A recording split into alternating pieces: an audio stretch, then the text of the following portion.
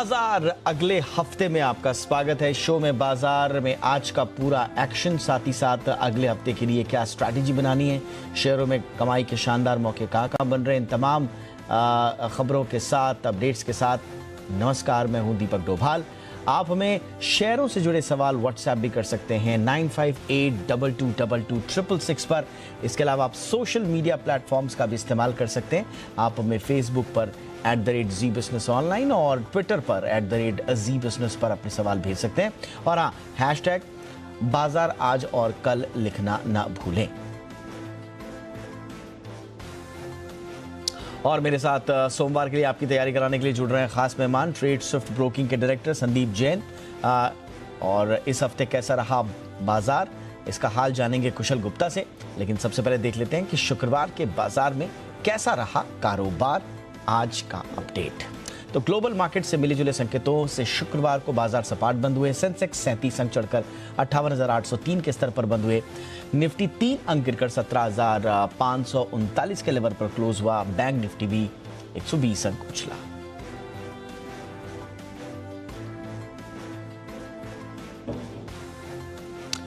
और इस हफ्ते बाजार में किन सेक्टर्स में किस तरह का एक्शन रहा, ये बताने के लिए मेरे साथ मेरे सहयोगी कुशल गुप्ता हैं। बताइए कुशल, पूरे वीक का क्या हाल रहा? जी, तो पिछले हफ्ते की जैक्सन होल मीटिंग के बाद ये हफ्ते में काफ़ी भारी उतार चढ़ाव हमें भारतीय बाजारों में देखने को मिले। यहाँ पर पर्टिकुलरली आप देखिए निफ्टी ऑलमोस्ट फ्लैट बंद होते हुए नजर आए। काफ़ी वॉलेटिलिटी थी इस इंडेक्स में, पर बैंक निफ्टी थोड़ा लीड करता हुआ दिखा ऑलमोस्ट 1% की गेंस के साथ।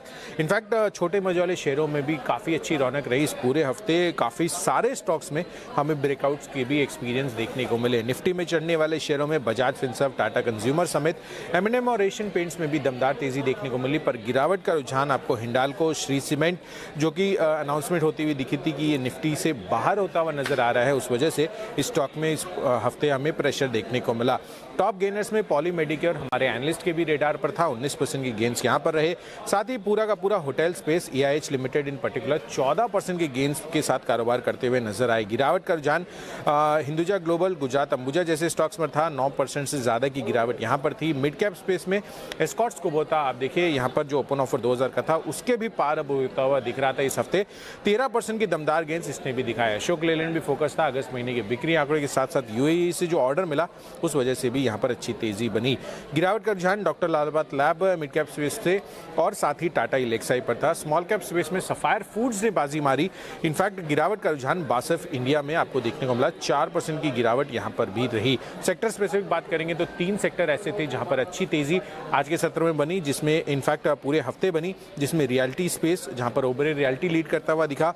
ऑटो स्पेस से स्कॉट्स ने बाजी मारी और FMCG स्पेस से आप देखिए कोलगेट यहां पर काफी शानदार तेजी काफी हफ्तों के बाद बनती हुई नजर आई। गिरावट का रुझान IT और एनर्जी यहां पर था, जहां पर IT स्पेस से कोफर जो मिड कैप IT कंपनी है सबसे ज्यादा दबाव देखने को मिला। अब यही देखना है कि अगले हफ्ते कौन से सेक्टर्स ऐसे होते हैं जो बाजी मारते हैं, अच्छी तेजी की तरफ बढ़ते हैं, और कौन से ऐसे सेक्टर हैं जहां पे हो सकता है कि हमें मुनाफा वसूली भी देखने को मिले।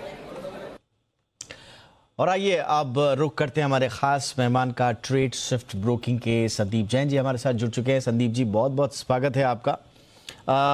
इससे पहले कि हम आपसे पोजिशनल और लॉन्ग टर्म आपकी जो पिक है उसके बारे में सलाह लें, लेकिन पहले बताइए कि आपके नज़रिए में मार्केट का क्या हाल है। ज़रा उसका स्कैन करने की कोशिश करिए, हमारे दर्शकों को बताइए कि किस दिशा में मार्केट चल रहा है अभी।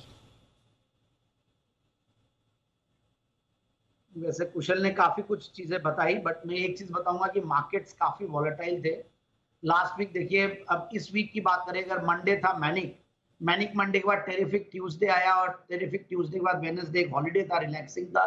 फिर थर्सडे को थ्रिलिंग थर्सडे बोलूंगा कि बहुत जबरदस्त वॉलेटिलिटी, और आज भी फ्राइटनिंग फ्राइडे बोलेंगे कि काफी ऊपर नीचे होने के बाद लास्ट में नेगेटिव में ही बंद हुआ। तो मेरे हिसाब से देखिए मार्केट्स में वॉलेटिलिटी है। ऊपर 17,800 900 एक अच्छा खासा रेजिस्टेंस है, मैक्सिमम 18,000 मान लीजिए, और नीचे के लेवल पे कहीं ना कहीं बाइंग आती है 17,300 400, ऐसा एक माहौल बना हुआ है। तो मेरे हिसाब से देखिए मार्केट्स में कॉशियस तो रहना ही चाहिए, और साथ साथ मिड कैप स्मॉल कैप पे जो परफॉर्मेंस दिख रहा है वो काफी बढ़िया है। और आज भी अगर हम SGX निफ्टी को देखते हैं तो अभी SGX निफ्टी 90 पॉइंट अप है, तो ओवरऑल नीचे के लेवल्स पे बाइंग आती है और मार्केट एक वॉलेटिलिटी के साथ कहीं ना कहीं डायरेक्शन ढूंढने की कोशिश कर रहा है, क्योंकि ग्लोबल क्यूज नेगेटिव है, डोमेस्टिक क्यूज बहुत स्ट्रांग है, जीडीपी के नंबर्स अच्छे, आपके ऑटो नंबर्स अच्छे। तो ओवरऑल मुझे लगता है कि India will out perform the international markets.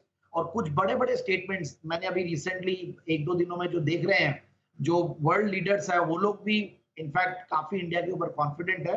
तो मुझे लगता है कि Indian markets will out perform और बने रहना चाहिए। मिड कैप और स्मॉल कैप जैसे कि इस हफ्ते काफी आउट परफॉर्म किए, आगे भी स्टॉक स्पेसिफिक एक्शन रहेगा और ये सेक्टर तो मेरा फेवरेट है।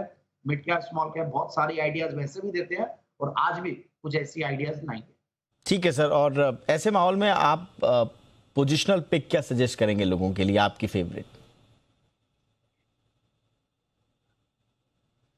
देखिए मैंने अरविंद लिमिटेड, देखिए गजब की कंपनी है, लाल भाई ग्रुप की कंपनी, पोजिशनल पिक के तौर पे इस स्टॉक को चुना हूं मैं। 104 के लगभग बंद हुआ है और बहुत ही बढ़िया एक मतलब नीचे के लेवल से बॉटमिंग आउट होके अब ऊपर आया है और मुझे लगता है कि 112 115 बहुत जल्द ये छू लेगा। तो 112-15 का टारगेट और 99 का स्टॉप लॉस पोजिशनल पिक के तौर पे अरविंद लिमिटेड। ऑल राइट, और एक लॉन्ग टर्म पिक भी दे दीजिए सर हमारे दर्शकों के लिए। बिल्कुल, पीएसपी प्रोजेक्ट्स लिमिटेड, जैसे कि अभी बात हो रही थी, 3 सेक्टर ने बहुत जबरदस्त आउट परफॉर्म किया। तो ऑटो, एफएमसीजी तो थे ही और उसमें से रियल्टी, इनफैक्ट रियल एस्टेट के नंबर्स गजब के आ रहे हैं। और आप देखिए भी बहुत ही बड़ी न्यूज थी और हमारे चैनल पे भी एक्सक्लूसिव स्टोरी भी चली थी, कैसे कि बॉम्बे रियल एस्टेट में हाईएस्ट नंबर ऑफ रजिस्ट्रेशंस और सेल्स हुई है। तो उसको देखते हुए लगता है कि और भी आने वाले दिन रियलिटी सेक्टर के लिए बढ़िया रहेंगे। तो PSP projects one of my favourite stocks, जिसको मैंने जेम्स में भी दिया हुआ है, एसपीएल मिड कैप में भी दिया और शायद इस सेगमेंट में भी दिया हुआ है। 12 के पी मल्टीपल पे एक रियल एस्टेट स्टॉक मिलता है, 35 की रिटर्न ऑन कैपिटल एम्प्लॉयड, 26 की रिटर्न ऑन इक्विटी और पिछले 5 साल की प्रॉफिट की कैगर 31% और ऑलमोस्ट नेग्लिजिबल डेट्स, 0.15 की डेट इक्विटी रेशियो। और कंपनी ने बहुत सारे प्रेस्टिजियस प्रोजेक्ट्स किए हैं। It is basically one of the fastest growing construction company small category में, in fact second fastest growing company मिली है। 153 करीब प्रोजेक्ट्स, मतलब 150 से ज्यादा प्रोजेक्ट्स कंपनी ने कंप्लीट किए हैं।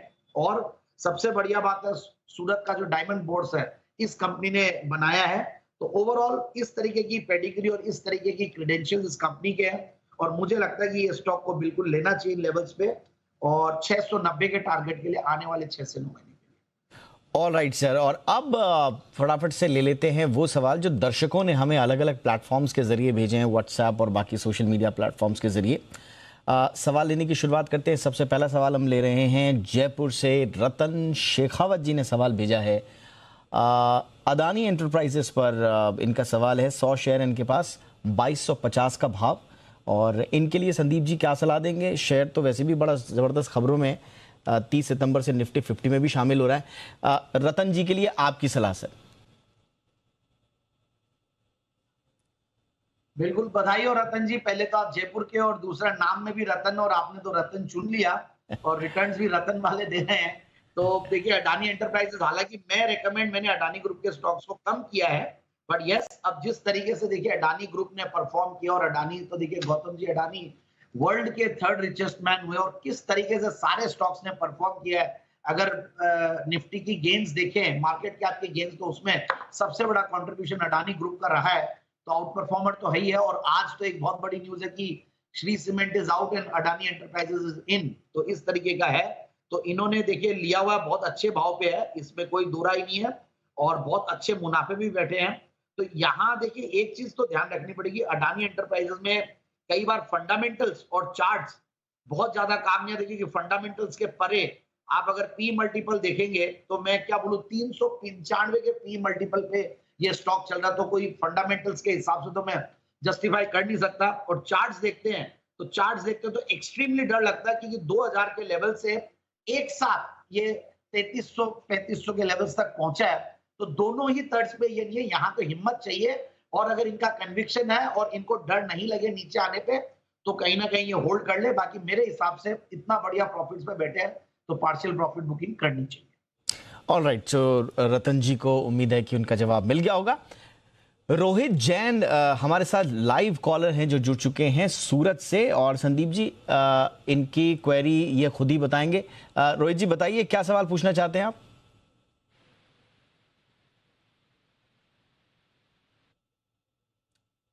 ओके, फोन कर दिया, कोई बात नहीं। ये इन्होंने बिल्कुल पूरी सुरक्षा के साथ हमें कॉल भी लगाया और अपना क्वेरी भी भेज दी है व्हाट्सएप पे। तो संदीप जी इनकी CDSL को लेकर क्वेरी है। 100 शेयर है इनके पास, 1570 का भाव इनके पास है, क्या करना चाहिए रोहित जी को? नहीं, बिल्कुल CDSL अभी मैंने गणेश चतुर्थी के 4 पिक्स दिए थे और कल भी चैनल पे दिया था थर्सडे आफ्टरनून शो में, और उसमें CDSL था और CDSL टॉप 25 स्टॉक्स में भी, NSE की लिस्ट में भी, स्पेशल 25 में। और ये स्टॉक तो देखिए मेरा फेवरेट है। जितना कम मैंने अडानी को रेकमेंड किया है उतना ही ज्यादा मैंने CDSL को रेकमेंड किया, और मैं 190 के लेवल से इस स्टॉक को रेकमेंड करते हुए आ रहा हूँ। इस कंपनी के मतलब ये कंपनी बहुत सारी पॉजिटिव न्यूज से घिरी हुई है।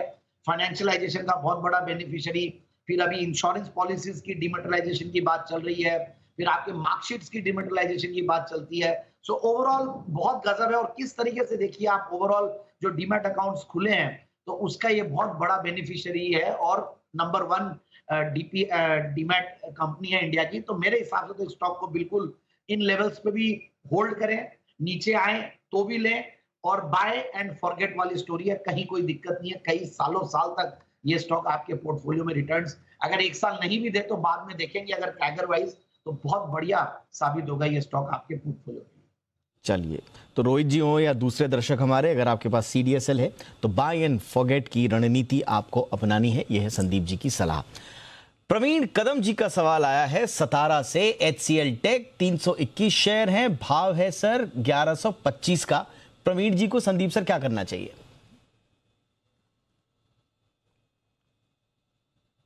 देखिए IT स्टॉक्स में थोड़ी प्रॉब्लम तो है, क्योंकि कुछ तो देखिए यूएस की ग्रोथ को लेकर जब इश्यूज आते हैं तो सर्टेनली IT स्टॉक्स कम काम करते हैं। बट अगेन अगर ये लॉन्ग टर्म इन्वेस्टर है तो कई बार कॉन्ट्रारियन होना चाहिए, क्योंकि ऑलरेडी सारे स्टॉक्स बहुत करेक्ट कर चुके हैं अपने टॉप से। भले आप HCL टेक की बात करें तो 1378 के लेवल से देखिए आज अच्छा खासा नीचे आया हुआ है, और 30-40% सारे स्टॉक्स, भले ही वो आप TCS हो, इन्फोसिस हो या विप्रो हो, सब करेक्ट कर चुके। तो मेरे हिसाब से देखिए बहुत क्वालिटी है इन कंपनियों में, अच्छी ग्रोथ देते हैं, गवर्नेंस के हाईएस्ट स्टैंडर्ड्स है। और अभी जो एट्रिशन को लेकर जो इश्यूज चल रहे थे इस इंडस्ट्री में, तो ये सारे जो टॉप हॉन्चोज है इन कंपनियों के, सारे जो MDs एंड चेयरमैन है, इन लोगों ने सब ने एक साथ आवाज उठाई है मूनलाइटिंग को लेकर जो इश्यूज चल रहे हैं इंडस्ट्री में। तो मुझे लगता है कि कहीं ना कहीं जो एट्रिशन एक जो बड़ी प्रॉब्लम थी वो कहीं ना कहीं टॉप आउट होती हुई दिख रही है। मुझे लगता है कि आने वाले दिनों में एट्रिशन को लेकर जो प्रॉब्लम इन कंपनियों में हो रही थी वो कम होगी,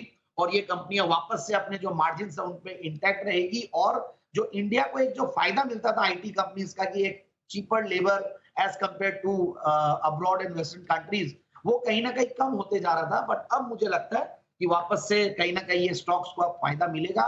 ये जो पर्टिकुलर न्यूज आई और ये जो रिएक्शन था इन कंपनीज का, तो बॉटमिंग आउट प्रोसेस दिख रहा मुझे, निकलना नहीं चाहिए, बने रहना चाहिए, और कहीं ना कहीं और नीचे आता है तो लेके भी काम किया जा सकता। बट यस, नजरिया जो है 12 से 18 महीने का रखिए, आने वाले 1 से 1.5 साल में बहुत बढ़िया रिटर्न्स देंगे ये सारे IT स्टॉक्स। सो HCL को 1 से 1.5 साल तक होल्ड करके रखें, ये है संदीप जी की सलाह। अगला सवाल है संदीप जी अभिजीत राजवर जी का, सिंदरी से, झारखंड से इन्होंने भेजा है। बैंक ऑफ बड़ौदा को लेकर इनकी क्वेरी है। 1000 शेयर है इनके पास और भाव 75 का। तो इनको क्या करना चाहिए संदीप सर बताएं। बिल्कुल बहुत ही बढ़िया सिलेक्शन है। इनफैक्ट पूरे अगर बैंकिंग सेक्टर में अगर बात करें तो प्राइवेट सेक्टर बैंक्स और PSU बैंक्स दोनों में से मैंने अगर 2-2, 3-3 स्टॉक चुनने हैं तो PSU बैंक्स में बैंक ऑफ बड़ौदा और SBI, ये मेरे दोनों टॉप पिक्स थे। और वहां ICICI बैंक और HDFC बैंक और कोटक महिंद्रा बैंक, इस तरीके से मैंने 5-6 स्टॉक्स का हमेशा पोर्टफोलियो को बताया चैनल पे। और मैं यही कहूंगा कि BOB was the out performer, leader of the segment. अभी भी बाकी सारे PSU बैंक्स इसके सामने अंडर परफॉर्म कर रहे हैं, तो मेरे हिसाब से बने रह सकते हैं। बाकी फिर भी अगर अच्छा खासा प्रॉफिट तो हो ही रहा है इनको 75 के लेवल से लिए, तो पार्शियल प्रॉफिट बुकिंग करके अगर ये SBI में स्विच कर जाए तो भी हो सकता है कि आने वाले सालों में इनको और फायदा मिल जाए। बाकी BOB is a quality stock, कहीं कोई दिक्कत नहीं है। सो a little bit of partial profit booking and switching to SBI. Alright sir, अगला सवाल रतन बोस का मेदिनीपुर से इन्होंने हमें लिखा है, टाटा स्टील के 100 शेयर इनके पास और 105 के आसपास का भाव है। रतन जी को क्या करना चाहिए?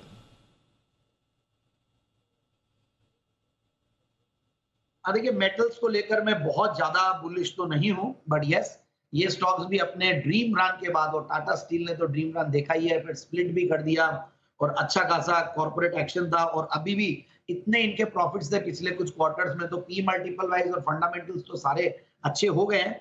बट मैं यही कहूंगा कि चूंकि करेक्शन हो चुका और नीचे के लेवल से वापस एक रिकवरी भी आई है, तो बहुत ज्यादा मैं बुलिश नहीं हूँ सेक्टर पे। तो ओवरऑल चाइना फैक्टर काम करता है, फिर अगर कहीं भी देखिए स्टिमुलस पैकेजेस जब रुक जाते हैं तो सर्टेनली मेटल्स और इन सब में भी नेगेटिव इंपैक्ट पड़ता है, और डेवलपमेंटल इश्यूज भी वर्ल्ड में चल रहे हैं, तो सर्टेनली मेटल्स में भी इंपैक्ट पड़ेगा, कॉपर और स्टील, ये सब मेटल्स पे। तो मेरे हिसाब से जस्ट बने रहें। बाकी I am not a great fan of metal stocks, और मैं ज्यादा रेकमेंड नहीं करता। ट्रेडर हैं तो ट्रेडिंग के हिसाब से लीजिए अपने स्टॉप लॉसेस और टारगेट के साथ। अगर इन्वेस्टर है तो मेरे हिसाब से दूसरे सेक्टर्स जो मैंने आईटी वगैरह बताए हैं वहां पे स्विच करेंगे तो ज्यादा बेहतर रिटर्न्स। चलिए, तो आंखें खोले रखें और फिलहाल बने रहें टाटा स्टील के साथ। और अगला सवाल है परमिंदर सिंह का, लुधियाना से भेजा है संदीप जी ने अपना सवाल सेल को लेकर। 370 शेयर इनके पास 111 के भाव पर। परमिंदर जी के लिए आपकी सलाह संदीप सर। देखिए, दोनों बिल्कुल सिमिलर नेचर के स्टॉक्स हैं, मतलब सेम सेक्टर, और पी मल्टीपल भी 3-3, 3.5 का पी मल्टीपल। पिछले कुछ दिनों में खूब अच्छा पैसा कमाया इन्होंने, चार्ट पे भी सिमिलर, बट पीएसयू स्टॉक है। तो मैं यही कहूंगा कि देखिए, पीएसयू से बेटर वैसे प्राइवेट सेक्टर प्लेयर्स को ज्यादा इन्वेस्टर्स और एफआईआई और डीआईआई प्रेफर करते हैं, बट मेरी राय में यही रहेगा कि बने रहें। अब एक्चुअली ऑलरेडी ऊपर के लेवल से बहुत बड़ा करेक्शन दे चुके हैं, 132 के लेवल्स ऊपर दिखाए और अभी 80 रुपए के लेवल्स है। बट अगेन मेरी यही राय रहेगी कि इन स्टॉक्स में जब भी एंट्री लें मेटल्स में और इनमें, तो ट्रेडवेस्टर टाइप का एक अपना नजरिया बना के रखें। मतलब इन्वेस्टर से ज्यादा आप ट्रेडिंग की तरफ ज्यादा ध्यान दें, और अपने स्टॉप लॉसेस और टारगेट्स और अपने जो प्लान्स है वो पहले से फाइनल करके रखें, उसके हिसाब से ट्रेडिंग करें इन टाइप के सिक्लिकल और कमोडिटी स्टॉक्स में। ऑलराइट, तो ट्रेडवेस्टर बनना है आपको, ये है इस पर्टिकुलर काउंटर पर संदीप जी की सलाह। अगला भी फटाफट से सवाल ले लेते हैं हरिकृष्ण जी का। रेवाड़ी से इनका सवाल आया है, आरबीएल बैंक पर 1000 शेयर है 106 के भाव पर। हरिकृष्ण जी को क्या करना चाहिए संदीप जी? आज बड़ा इत्तेफाक है कि जितने भी सवाल आ रहे हैं वही स्टॉक्स क्या है जिनको मैं ज्यादा रेकमेंड नहीं करता। सीडीएसएल था, वो एक तरफ सीडीएसएल और बाकी सारे एक तरफ। आरबीएल की भी जब भी बात करेंगे तो मेरे सेंटिमेंट्स और मेरे कमेंट्स दोनों बहुत नेगेटिव रहे हैं इस पर्टिकुलर बैंक को लेकर, एंड आई वाज राइट। मैं कभी भी इस स्टॉक को भले 200 में पूछा गया हो या 150 में पूछा गया हो, 120 पे पूछा गया हो, हरदम मैंने इसके बारे में ना कहा है। बट यस, ट्रेडर्स के लिए, एफएनओ ट्रेडर्स के लिए ये सब स्टॉक्स कई बार ट्रेडर फैंसी हो जाते हैं, क्योंकि मूवमेंट बहुत फास्ट होते हैं, बहुत बड़े बड़े मूव्स देने के लिए इन टाइप के स्टॉक्स जाने जाते हैं।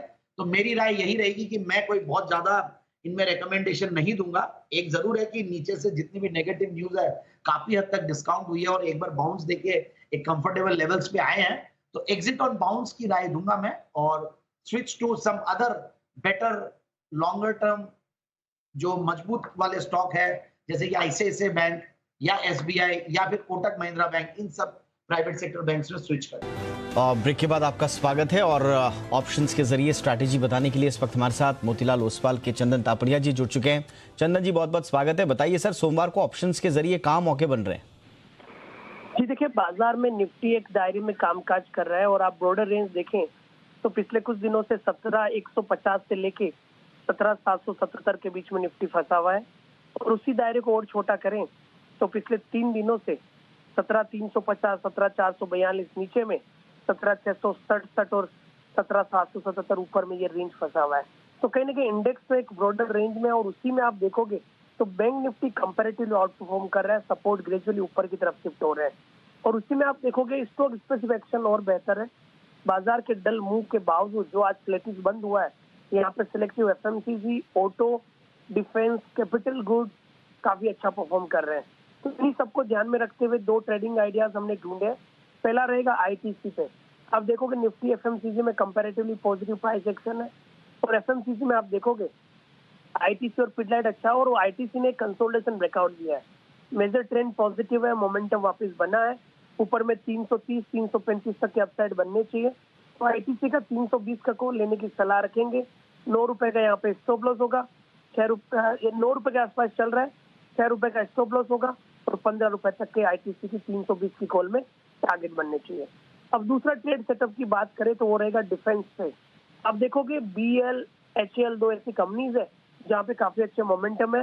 एचएल यानी हिंदुस्तान एरोनॉटिक्स लिमिटेड में काफी अच्छा मोमेंटम हुआ है, लॉन्ग से बिल्टअप हुआ है, लॉन्ग के रोल ओवर भी पिछली सीरीज से इस सीरीज में देखने को मिले। तो एचएल का 2400 का कॉल लेने की सलाह रहेगी। 88 रुपए के आसपास लें, 60 रुपए का स्टॉप लॉस लगाइए। यहाँ पे आपको लगभग 135 से 140 रुपए का टारगेट बन सकते हैं।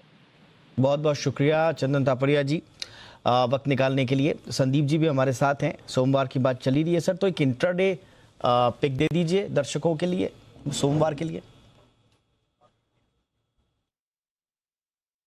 बिल्कुल, मैं बैंक्स के ऊपर काफी बुलिश था, प्राइवेट सेक्टर बैंक्स के काफी सारे नाम लिए और एक नाम को मैंने जानबूझ के छोड़ा। मुझे लगा कि वो मेरा कॉल है तो मैं उसी टाइम पे दूं, और इंट्राडे एफएनओ पिक के तौर पे मैंने दिया एक्सिस बैंक, और ये एफएनओ की पिक है और मुझे बहुत बढ़िया लग रही है। लेवल्स पे 749 पे क्लोज हुआ था, 759, 765 का टारगेट और 743 का स्टॉप लॉस। ये प्लीज ये ध्यान रखिए, ये इंट्राडे कॉल है, स्टॉप लॉसेस का ध्यान रखिए और टारगेट्स का ध्यान रखिए। So Axis bank intraday FNO pick के तौर पे 759, 765 के टारगेट के लिए। बहुत बहुत शुक्रिया संदीप जी, आपने बहुत सारे दर्शकों की क्वेरी के उत्तर दिए और अपनी तरफ से लॉन्ग टर्म पोजिशनल और इंट्राडे पिक भी दी। बहुत बहुत शुक्रिया सर वक्त निकालने के लिए आपका। तो बाजार आज और कल तो हम रोज लाते ही हैं, लेकिन आज बाजार अगले हफ्ते का ये एपिसोड यही खत्म होता है। इजाजत दें, लेकिन बने रहिए जी बिजनेस के साथ। नमस्कार।